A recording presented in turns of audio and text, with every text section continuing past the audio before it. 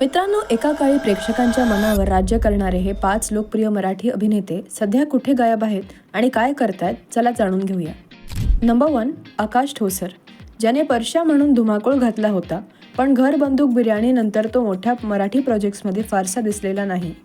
Number 2, वैभव तत्ववादी, ज्यांनी coffee आणि बरंच काही मधून लोकप्रियता मिळवली, पण सध्या ते मराठी सोडून आर्टिकल 370 सारख्या बॉलिवूड चित्रपटांमध्ये आणि हिंदी OTT प्रोजेक्ट्समध्ये जास्त सक्रिय आहेत. नंबर 3, अभिनय बेर्डे, ज्यांनी ती सध्या काय करते मधून दमदार पदार्पण केलं होतं.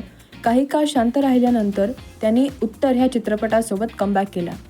नंबर 4 वर आहेत सिद्धार्थ चांदेकर आणि नंबर 5 वर अमेय वाघ.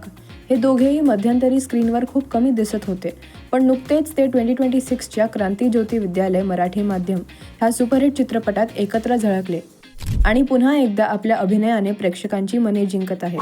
ह्यापैकी तुम्हाला कोणत्या अभिनेत्याला पुन्हा मुख्य भूमिकेत पाहायला आवडेल, कमेंट करा आणि सबस्क्राईब करा.